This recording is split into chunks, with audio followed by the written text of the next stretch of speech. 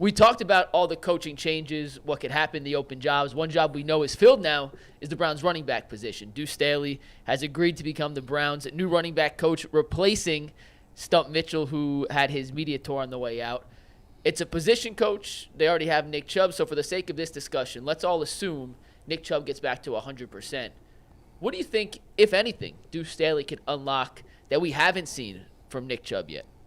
I don't think anything, but I could be wrong. What is he going to tell them that is suddenly going to make a light go off for Nick Chubb? Okay, but it just how I look at this. It's not Nick Chubb. It's Jerome Ford. It's the other guys. It's Pierce. Nobody is hailing Bill Callahan as this great O-line coach because of what he's done for Joe Bitonio. Right. It's what he did for the tackles. So true. So I don't look at this necessarily as what more is he going to get out of Nick Chubb. Nick Chubb is greatness. What are you going to get? Yeah. I love the hire, by the way. I've heard, I don't know Duce Staley, never had one conversation with him. I haven't either. But I've heard nothing but phenomenal things about him. Yeah. And look what happens when you win, by the way, not to go off on a tangent, but when you win and when you show some form of stability with head coach, with GM, these top candidates now want to come to you. Tommy Reese wants to come here. Duce Staley wants to come here. Right. Duce Staley's choosing this job over the Jets job because probably some of the uncertainty over Robert Saleh. And you're looking at that going, well, if I go there, I might be fired in a year. Right. This guy's going to be fired in a year, so now where am I going to go? Yeah. So this is what success and consistency and stability shows you. Is you start getting some of these guys. But I look at Duce. Okay, Duce, what can you do for Jerome Ford? Because I was more disappointed in Jerome Ford than almost any other player, I think, this year. It's funny that you said in that. Terms I of, have him on my three most disappointing absolutely. He's on mine, too, because it was right there in front of him. Yep. He had all year, he had every opportunity to grab hold of that job and make the Browns say, you know what, we don't need Nick Chubb. And you know what the Browns are saying today? Oh, my God in heaven, how do we get Nick Chubb back? That's exactly right. And, I will say this. You're right. I agree with your general point. Yeah, he's more for the younger players, whether it's Ford or, who's somebody they may draft this year. But you never know, right? Like the Guardians hire a new hitting coach. Yeah, he's going to spend more time with their young, unproven hitters. Doesn't mean he can't give a tidbit to Jose Ramirez that might help him. Of course. Duce Staley, one thing he was really good at as a back was a pass catcher. He was a big-time pass catcher as a running back. That's the one thing in Nick Chubb's game that could probably use some improvement. That's a good point. Maybe he could help him with that aspect of his game. Who knows? Yeah. But, yes, in general, there's no reason as a veteran coach and a veteran player who played at a pretty high level in the NFL for a long time, he could certainly help all the young backs on the team. Yeah, I go back to it. You can look at the relationship between Stump Mitchell and we like a lot of names around here in Cleveland. The relationship with Stump Mitchell and Kareem Hunt and sometimes all those guys. What stood out to me was that seemed kind of a chaotic relationship. If he didn't have to say anything about Kareem Hunt, but when he did, it opened him up to say, okay, well, why couldn't you get to Kareem Hunt? What was you talking to him about? What was the certain things? He wasn't. That was a polite way to fall on the sword, but really he was cutting Kareem's head off. Oh yeah, sword. just. You weren't here. We talked about it. It's crazy. And I want you to circle back and talk about those comments. How surprised you were, A, that he did an interview. You never see that, but B, what he said. And he said, and I wanted to ask you about and he volunteered it. In the interview with Cam Justice. Yes, that was an interview. Yeah. So when he said they brought in a lot of guys, some of them I didn't agree with. He said they brought some guys in. I didn't necessarily ask for them or agree with it, but I tried. I said, "What do you mean?" The Kareem thing is really interesting because I think he's not the only coach that had a problem with Kareem. Doesn't have a great reputation. No, not at all. Not at all. Especially now. But and that it's part of the why I kept saying he's got three wheels. He's got three wheels. I wasn't the only one saying that. I have a bet with Tyvis. I think he'll get another carry in the NFL. Tyvis said he is done. Oh, he's done. No. He's done. He will never carry the ball in the NFL again. He's done. He was done this year. The only thing that brought him back was the injury to Nick. However, though, and you know this, there is he fills a need. And it's those short yardage situations that teams find themselves in. He filled a role. He filled a role on this not team. just a role. It's not like you're a third down pass catcher. But this puts points on the board. Yeah, but that comes at a premium. It's not a role that's irreplaceable by someone else. Now, what if all of the criticism publicly now, it's out there on boards and on video, what if Kareem finally with this come to Jesus moment, gets in the lab, works his ass off, drops 15 pounds, and comes back. And so you're telling me no one is going to bring him in next year? I would be surprised. I've learned to never say never. On opening day. I've gotten burned on that. Opening day at least. Maybe there's injuries. I would be surprised if he's in camp with the team this year. I'll say that. The way politics work in the game, that's why people don't talk about politics. The NFL is all about politics. When somebody gets on record and admonishes you, that means that is a scarlet letter. This guy, buy at your own risk, right? Especially a guy with Stump's reputation. But here's the thing. This is the thing. When Stump did that, I was sitting there thinking, I'm like, but Stump, they didn't give you the scarlet letter. Because they could have came out and said, the reason Stump Mitchell is up out of here is because he was undermining X, Y, and Z. Well, we all heard about it, so they leaked that. But they didn't have to attach their name to it. But, the situation, though, is, as Jason said, guys around the league know his reputation anyway. So my guess is that even without Stump saying what he said, that the powers that be already know that all that stuff. Stump ain't the only one in that building that felt that way. I will give you. I will say this, but it's like I think. Am I concerned about it, or is it something I'm surprised about? No. But I will say this. In this industry, I would look badly upon someone that's like saying, if I left this show, right, and then people will say, we know Adam Bull is a hothead. He says how he feels.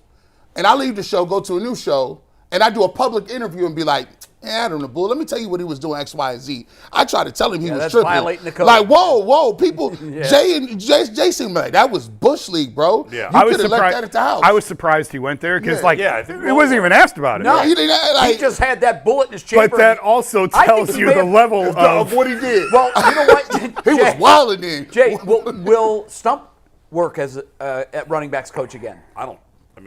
You would know better. He did say he was 65. Because he always had a good reputation. He did. And Nick Chubb, yes. But if teams feel like they can't trust him with information, that's a problem. That's a problem. Yeah, that's what I think. He's just throwing stuff out there.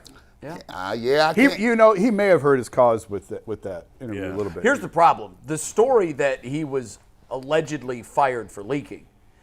He was one of 6 or 7 that had told media members the exact same thing. What was the story? I don't even know. What was the story? Well, if you followed the course of the events, it appears to me that all of this was done. I can't say. Jay, don't get. I'll here. Yeah, I can't say because Jay was dancing. Jay was dancing. I was trying to figure out a way protect some people. Yeah, that's all right. Yeah, don't do it. Yeah. G. Bush, what do you think of the Duce Staley hire? Can he? Jay was trying to get his knee. He was dancing. He was dancing. Don't you do it. We're going to get Jay off the hot seat. Don't you mess that money up. What does Duce Staley do here? Listen, man, I think Duce Staley, like you said, I think he's going to give a new voice. Because Jerome Ford left a lot of food on his plate. There was a lot of yards that could have been had. He had some bursts, and what he did, he has that long ability to get to the house. So some of them long runs that he has intoxicates you a little bit. You're like, man, if we could just get this kid to run between the tackles, and it's the vision, the patience. There's times where Jerome Ford is just running. Shout out to Wyatt Teller's ankles and knees. He just running in the back of his knee. Just, I'm like, calm down, bro. The store ain't open yet. The store not open. Don't be outside. Stop banging on the door. In front of Heinen's like, I want some food. No. Come on, here, there's cutback lanes. It's available for you. Patience, vision. Somebody need to sit down with him and get you some film and say, look, bro, you see this, read your blockers, set it up. Matter of fact, he should live with Nick Chubb because I just went back to see if I forgot how good Nick Chubb was. Do you think Nick Chubb wants somebody living with him? Well, he might. If Chubb, you can show up at Chubb's house, he might not tell you no. He don't speak at all. You just shrug his shoulders. All right, come on in. I watched how Nick Chubb. I mean, it's a beautiful thing because there's times when there's nothing. Yes, it is. Or is that learned? No, it's instinct. Because Leroy has said the exact same thing you just said, but he's like, some guys never learn it. Somebody never get it. Trent Richardson should be a big-time running back that had thousands of yards in this league. By the way, that was every time I hear Trent Richardson, I smile because one of my biggest arguments, one of my biggest wins ever on the radio was You said he was done when they traded him. when the Browns traded him. Dustin and I agreed. We were like, they traded him for a first-round pick. I remember they got a first. We were like, that's now, he did have 1,000-yard He had season. 1,000 though. He did. But his yards per carry were crappy. It felt like he took forever to get to the holes. And There the was- eye test. The eye, he and just never wasn't passed passing it. the eye And test. they analytically, they charted and said, Yes. listen, he had 1,000. He should have had 1,500. and he stunk. I mean, his career completely went down the toilet. Done. When you talk about running backs' instincts, one of the best, and I'm not just saying this because he's been on the show, one of the best I've ever seen was Maurice. With the instincts. Oh, Claret? God, Oh, my God. The Yeah. ability, because I covered Ohio State. I was Ohio State Yo. beat writer that year. Yo. And the way he would take a handoff and like wait. Pause. And you think like, go. And he knew. And then just he would take knew. these little pitter And pats the cutback and the jump How steps. different it could have been the if his, way that I know. in the NFL. He Like, was dead. For He was me, deadly he's nice. one of the Deadly biggest nice. what-if Absolutely. stories I have ever Absolutely. seen in my life. And to your point, Jason, I'm really glad that you said that. He is a friend of the show. I've known him for years. You covered him at Ohio State. The one thing I'll say about Maurice Claret that I think people are starting to realize now, he is not just an intelligent human being. His football IQ, and I had guys tell me this when he was a freshman at Ohio State, they were saying 3 or 4 games in, he's going to break every record that's ever been set at Ohio State. And they kept saying the same thing. Not only is his natural football IQ off the charts, I had coaches there that were telling me, this kid can't learn enough. He's a sponge. He asks all the right questions. He'll reach out blindly to anyone just to pick their brain about running the position. the play against Michigan, I think it was like a wheel route down the sideline. He called it. He told Tressel, run this. I'm open. I'll be open. Well, He had a brilliant mind. I remember asking him maybe 3 or 4 games in, stupid question by me, but in the moment, I said, have you ever been tackled for a loss?